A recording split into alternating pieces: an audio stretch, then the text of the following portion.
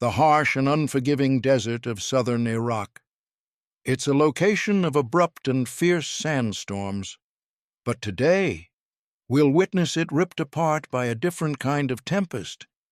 We attack them with tank gun rounds.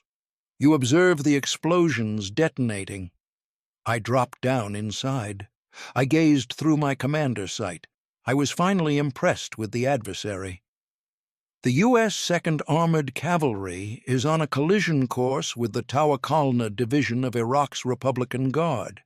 They view themselves as being exceptional warriors who are expected to hold their ground and fight and even perish so that others may survive. Two tank armies clash on a remote stretch of desert. This is the Battle of 73 Easting, armored combat at its most ferocious.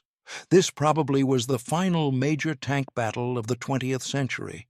February 24, 1991. American tanks advance across the Saudi Arabian desert toward the Iraq frontier, and they're part of a multinational force with a clear and straightforward mission: to push Saddam Hussein's Iraqi military out of Kuwait. Emerging from the Iran-Iraq War, Saddam has two dilemmas. He has a massive military with nothing really for it to accomplish. The other dilemma he has is that he has devastated Iraq's economy as a consequence of the Iran-Iraq War. And so when you're Saddam Hussein and you require money, when you require it, you do what comes naturally. You rob the bank next door. And in this case, that bank was Kuwait. Iraqi armor and infantry overrun the oil-rich emirate in just 36 hours. Saddam disregards the United Nations demand for an immediate withdrawal, and the UN sends an American-led coalition of 620,000 to demonstrate they mean business. Saddam realized that he was in a situation over his head, but in Saddam's mind, the great weakness of the United States was their inability to accept casualties. He assumed that it would be very much like the Iran-Iraq War. It would be a grinding match between these two sides, and that in the end the Americans would surrender first. And so the strategy that Saddam establishes is designed to cause the most casualties to the United States, while absorbing the least damage to his own forces. He dug in the largest portion of the Iraqi army, 51 of 66 divisions, and he dug them in deep. Saddam deploys 16 infantry divisions and 2 armored corps along the Saudi border to absorb the brunt of the coalition assault. He holds his best fighters in reserve. 8 divisions of the Republican Guard, 1,000 tanks, and 120,000 men are poised to strike a massive counteroffensive and inflict devastating casualties on the advancing coalition. The scheme for defending Kuwait that they actually employed was really the only one that was available to them. And the problem that they had was that the coalition wasn't going to play by their rules. They don't believe that it's possible for the coalition to maneuver any further to the west. It is trackless desert out there, and the Iraqis didn't believe that the Americans could possibly move any further west than that, because the Iraqis themselves, whenever they tried to operate in that desert out there, got horribly lost. There were no terrain features, no roads. It was impossible to maneuver out there. And the one thing that the Iraqis weren't aware of was at that time a brand new technology called the Global Positioning System. It's the first GPS war.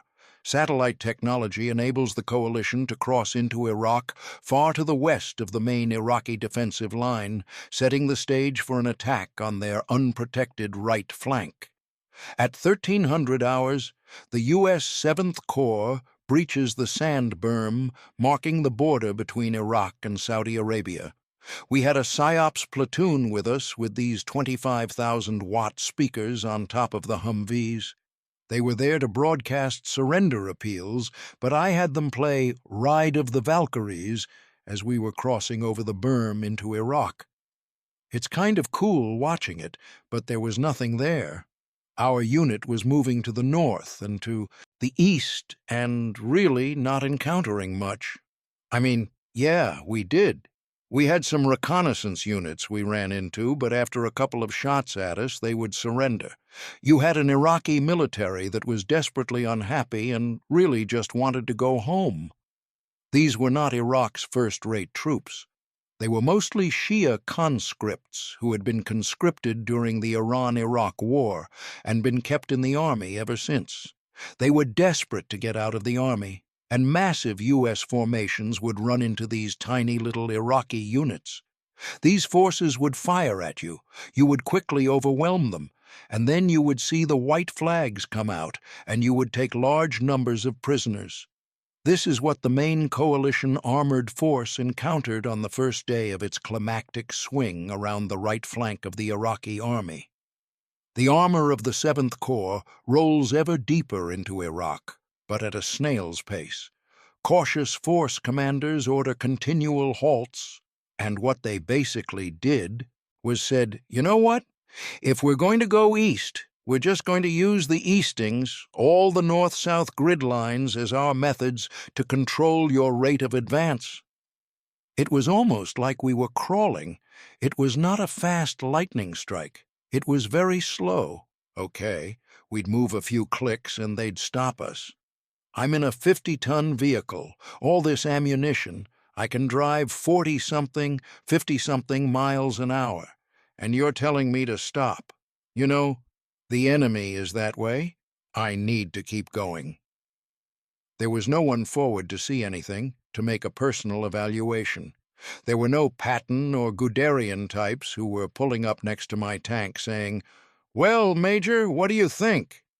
By the end of the second day, the initial surprise and strategic advantage of the flanking maneuver is lost, and the Iraqis realize that the U.S. 7th Corps is about to cut off and surround their forces in Kuwait. It's at that moment that Iraq's general staff actually demonstrates some degree of real competence.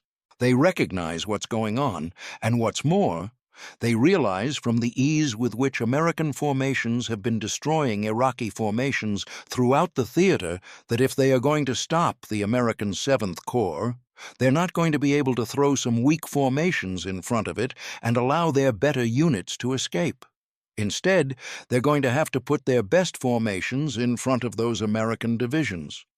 The Iraqis make their stand on a defensive line stretching 90 kilometers along the northwestern border of Kuwait.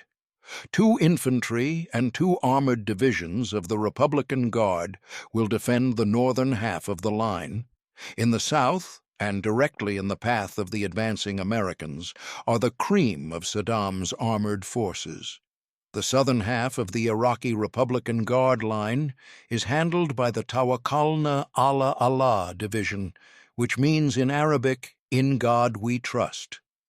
And they see themselves as being great warriors, warriors who defended their nation for 8 years and ultimately defeated Iran, the Persian menace.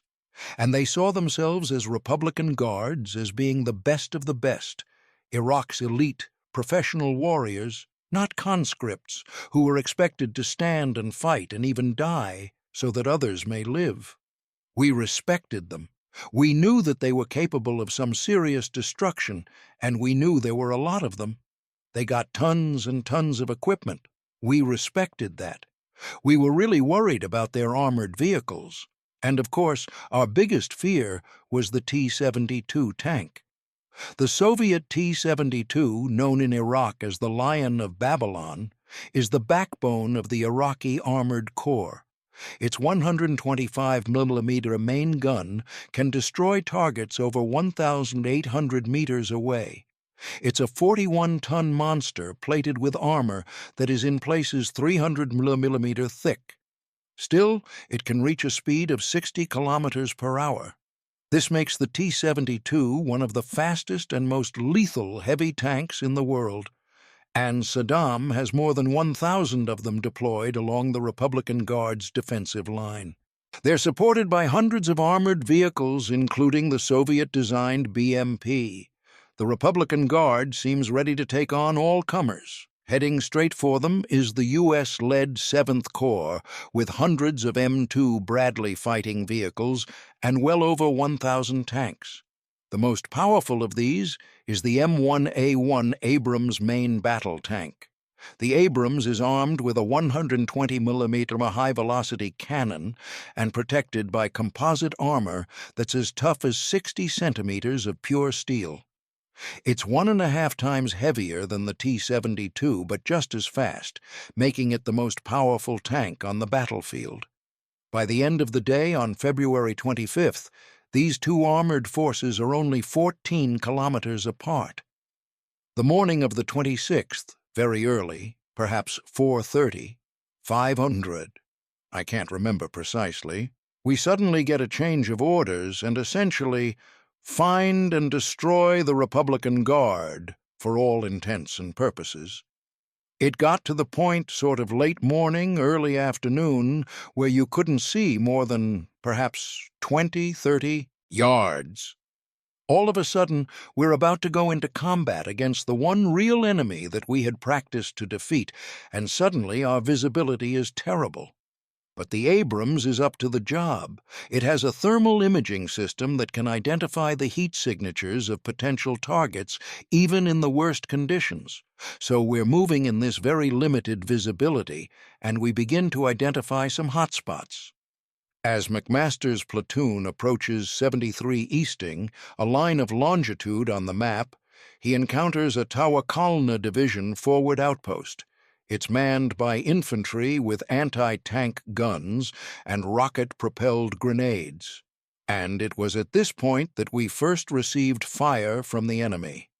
What we had realized is we were paralleling a road that ran due east right into the enemy's position.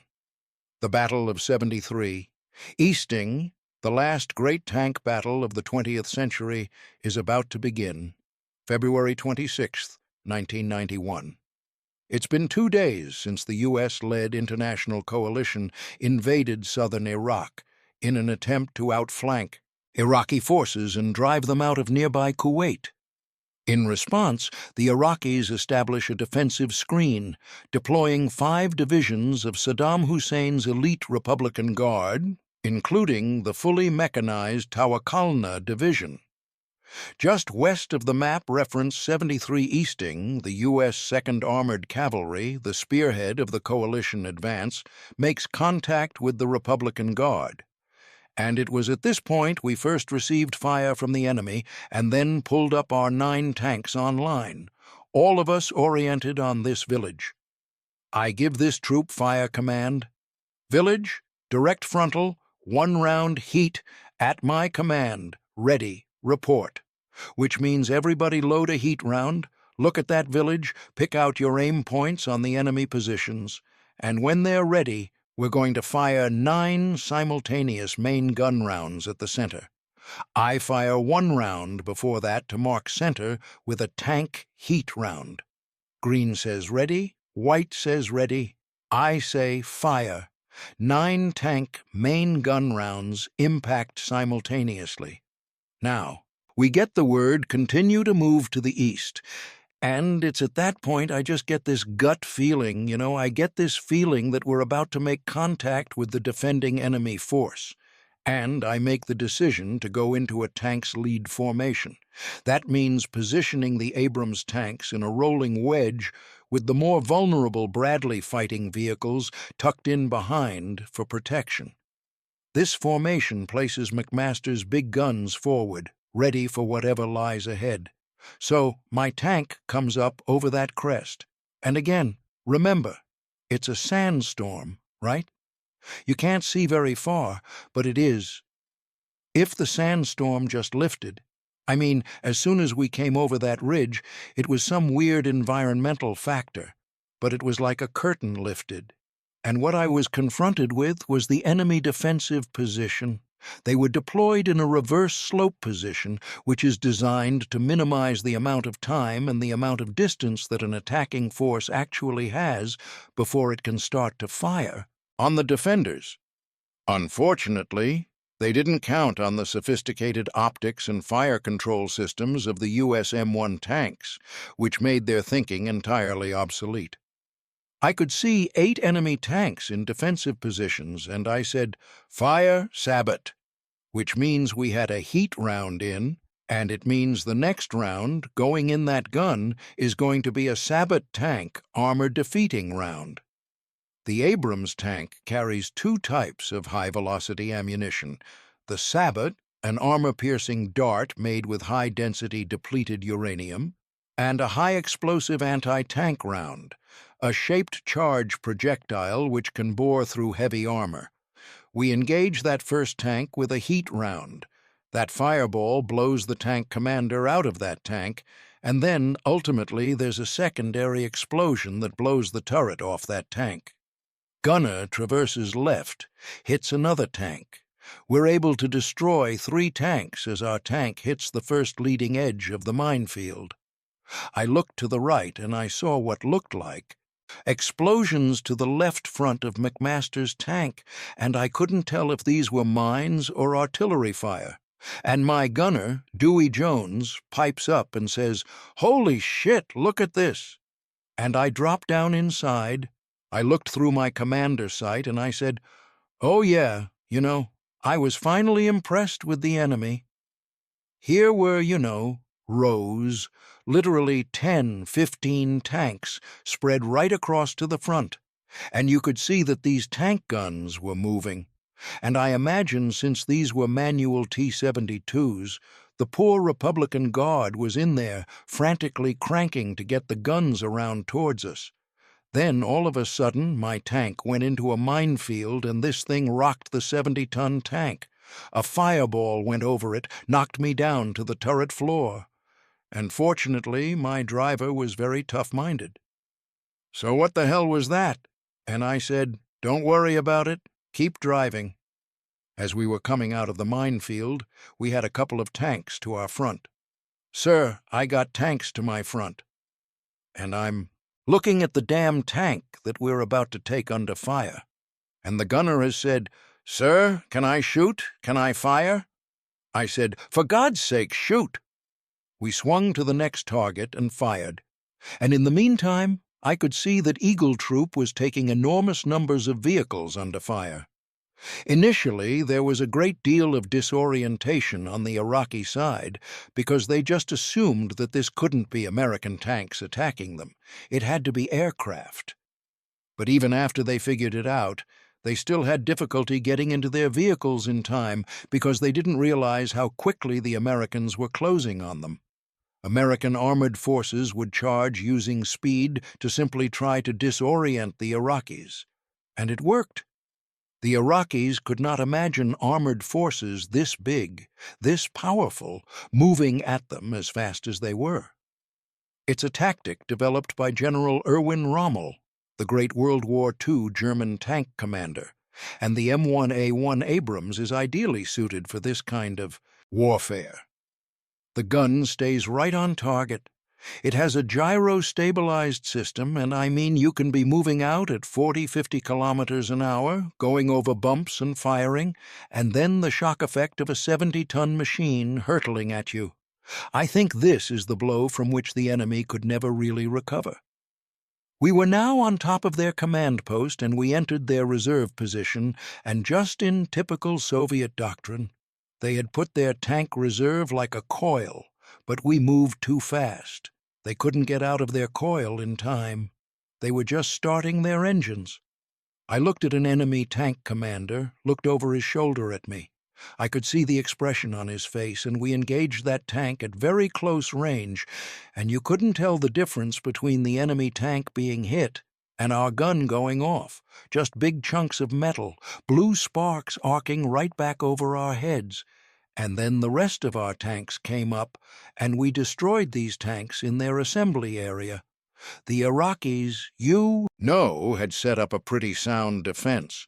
I mean, it was a reverse slope defense. It had a reserve. It had a counterattack plan. It had a minefield to disrupt our movement. But the fatal flaw was that we gained surprise over them. Despite the Iraqis' best efforts, Eagle Troop overwhelms the position, killing hundreds of Iraqis and destroying more than 50 tanks and armored vehicles. It's the opening round in a furious tank battle that will soon be fought across a much larger front. 8 kilometers to the north, the 2nd Armored Cavalry's Ghost Troop slowly makes its way through the blinding sandstorm. In the reduced visibility, they had lost touch with Eagle Troop. Ghost Troop's commander sends 2 lightly armored Bradley reconnaissance vehicles to re-establish contact. I tell the driver to start slowing down because I'm starting to see these little objects, but what could they be? I mean, you're in the middle of the desert, so I'm immediately thinking, well, they're vehicles, but my number one concern, of course, is I'm going to go link up with Eagle. Maybe that's Eagle, maybe that's not. And I see all these people emerging out of nowhere, out of the ground. And then you see like this diesel plume and immediately followed by this BMP, a giant T-72 tank backing up out of a hole. Ah, that must be enemy. Now I'm seeing a lot of activity, turrets start moving, and I'm like, oh, where is Eagle Troop? February 26th, 1991, 1600 hours. Eagle and Ghost troops of the 2nd U.S. Armored Cavalry have become separated in a sandstorm. 2 Bradley fighting vehicles from Ghost Troop have been dispatched to re-establish visual contact between the 2 tank units, but they run into a platoon of Iraqi T-72 tanks. So I tell the driver to pull up to the mound, and as soon as he comes to a stop, he says, "Tank front?" "Roger, got it, thanks." And he goes, No, there's a tank to our immediate front." I go, "I see it." No, you don't understand. There's a tank to our front."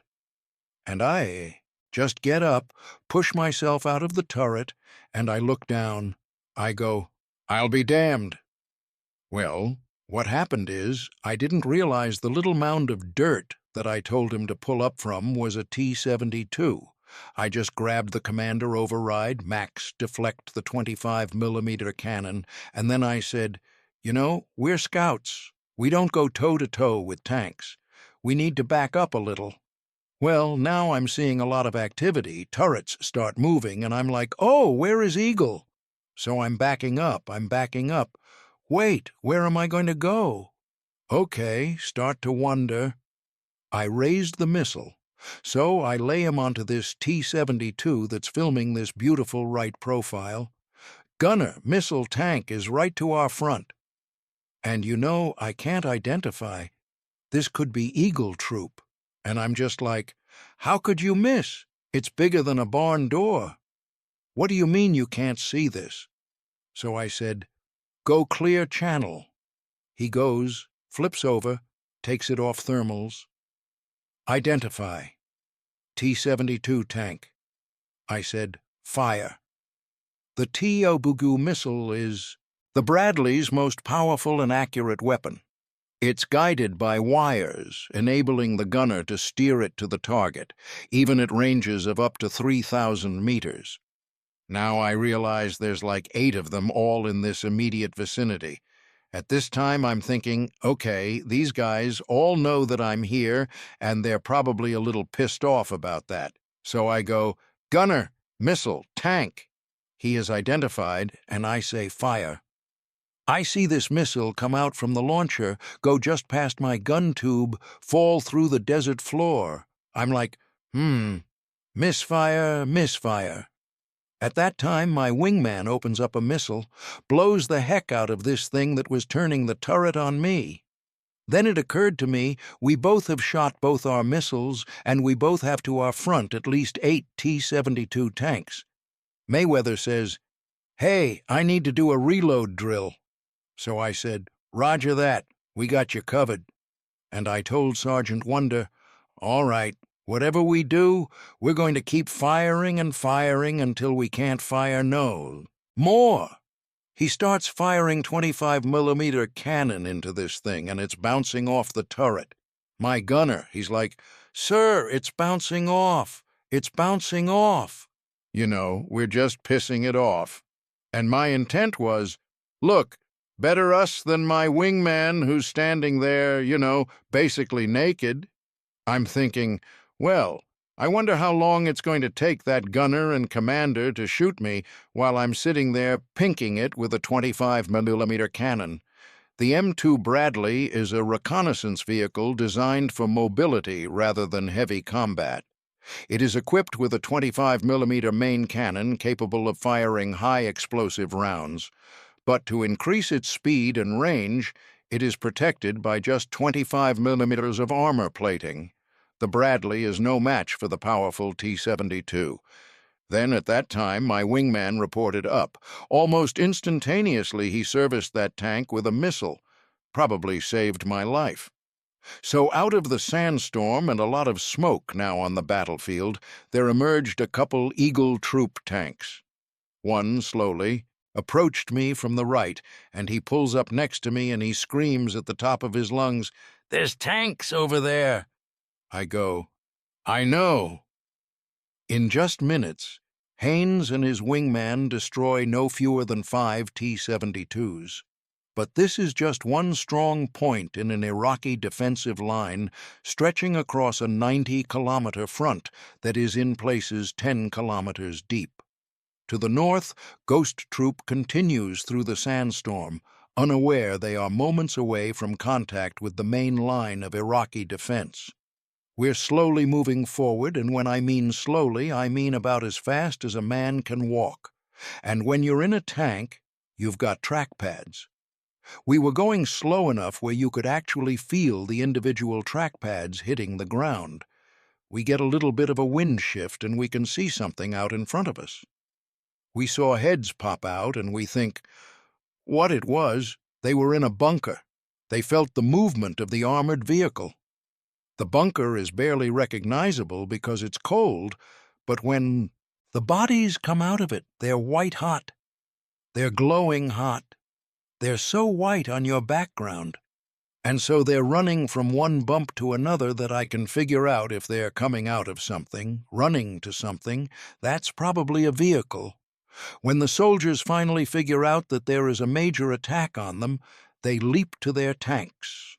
They get in their tanks and their armored fighting vehicles, and they fight back as best they can. The problem that they have to begin with is that the Americans are shooting at them at ranges at which they can't possibly fire back. I told the gunner to shoot the vehicle, immediately followed just a second or so later by a heat round from G06. So we shot it, and this thing exploded. And the next thing I know, my other tank platoon have seen similar things to what I was seeing, and they started engaging it. Now, you've got the dark, oily, black smoke mixed in from the vehicle that's just been destroyed. That is hot. You could see people and things moving behind it.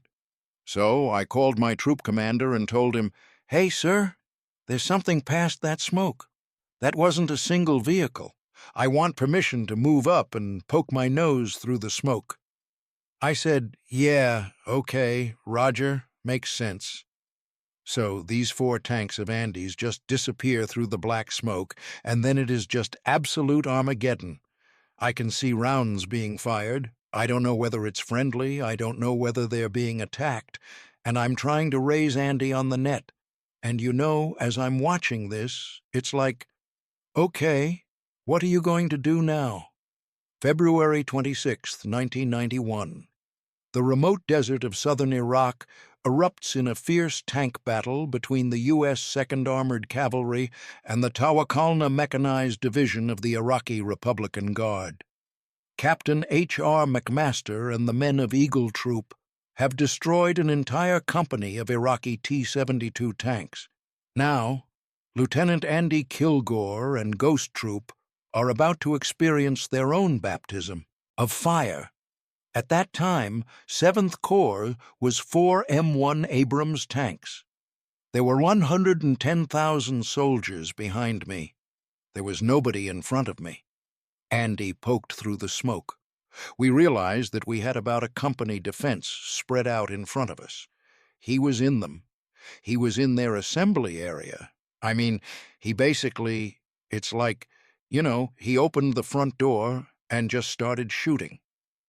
The T-72 is a pretty good tank for when it is developed, but it is developed in the 1970s. It's got good armor, but it's very much outclassed by the M1 Abrams tank, which is superior in every imaginable category. Its armor can take anything that the T-72 has to throw at it, whereas the T-72 gets sliced open like a hot knife going through butter. The Soviets had a different theory on storage of ammo than the Americans. They've got the ammo basically stored around their hull. So, if you make the ammo explode on a T-72 or any Russian tank, all that explosive force is funneled up through the turret. Ghost troop. Fires repeatedly until the Iraqi tank company is all but destroyed. But the men of the Tawakalna Division won't give up. They saw themselves as being the best of the best, Iraq's elite. They manned their positions, they manned their vehicles, they fought back hard. They didn't surrender, and they died fighting. In many cases, the Americans had to kill every single member in an Iraqi squad or platoon to get these guys to stop fighting.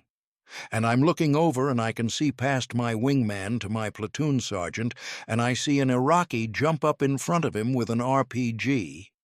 Iraqi is probably 50 meters in front of the tank. He slewed the gun onto the target. The gunner, very excited to see a guy pointing an RPG straight at him, instead of flipping the cokes, he just pulls the trigger, hitting what looked to me about center mass with a heat round. 120mm projectile about like that in the center of the guy's chest. It looked like he imploded. Guy's body's just picked up and thrown away like a leaf. In just a few minutes, Lieutenant Kilgore's platoon kills dozens of Iraqis and destroys 4 tanks and 9 armored vehicles. When I finally destroyed all the vehicles that we could see, I got back up on the troop net, called in a spot report to the troop commander, who was not very happy with Lieutenant Kilgore at that time, since I had been in engagement for a few minutes and not reporting. I said, "You ever pull any stuff like that, I'll put a bullet in you myself." But as it turned out, in hindsight, that was the absolute right thing to do. Move forward through that smoke, because basically he took the initiative away from the enemy. Despite heavy losses, the Iraqis won't quit and launch a counterattack in an attempt to halt Ghost Troop's advance. We got to the point where we were on 73 Easting where we started engaging. We're moving, and I'm so intent on what's going on, I'm in the moment, and all of a sudden I get thrown to the ground. I get thrown to the turret of my vehicle, and I'm like, what the hell just happened? And I look up at my gunner, and he's yelling at me, and I can't hear him because I have the headset on, and I finally get him on the intercom. "Why did you do that?" And he says, "Sir, there are artillery rounds landing right next to our vehicle, and you didn't even notice it. You were sticking your head all the way out of the vehicle." He said, "You didn't see those rounds." I said, "I have no idea that was happening because I was so focused on what was happening on the radio, what was going on with all the other units." That's how intense it is. You're just go, go. They saw that we were attacking from their flank, so they tried to move out and come around on our flank. But what that ended up doing was that gave us a bunch of silhouettes moving across our front. And the crazy thing is that when we go to gunnery, we practice with moving targets to look just like that. When that occurred, what I did is I scrambled 2 tanks, gave them to the scout platoon, and the scout platoon would give 2 to 2 Bradleys and give to the tank. By scrambling Bradleys and Abrams tanks in combined fighting units, Sartiano creates a lethal search-and-shoot combination. The Bradleys, with their superior targeting systems, pinpoint targets for the tanks, which then open fire with their high-velocity 120mm guns, able to unleash a deadly accurate round every 4 seconds. You imagine putting something that's about as round as a grapefruit 2 miles away onto something that's as big as, a little bigger than a van. That's unbelievable. A tank shooting over 2 miles and getting hits. It was absolutely amazing. All of a sudden, I remember it was Jeff Garwick said, "Sergeant Naylor has been hit." And all of a sudden, the whole troop net just went silent. February 26, 1991. The U.S. 2nd Armored Cavalry's Eagle and Ghost troops have dealt a crushing blow to the Tawakalna Mechanized Division. But just as it seems, they will emerge from the battle unscathed. One of Ghost Troop's Bradley fighting vehicles takes a direct hit.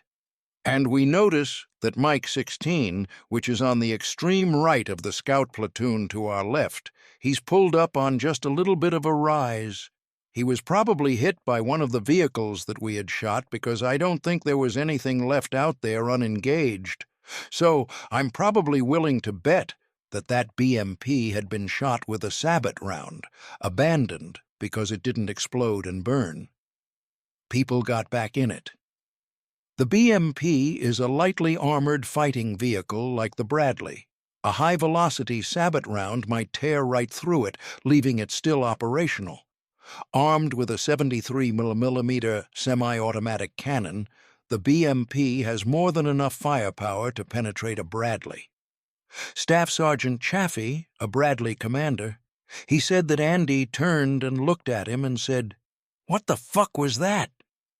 About that time, the second round hit and decapitated Sergeant Naylor. It really hurt the morale of the troop to know that Sergeant Naylor had died. The whole troop was able to basically rally around the situation. "You know, one of our guys just got hit, but I got a job to do. This fight is not over. You're in the middle of it.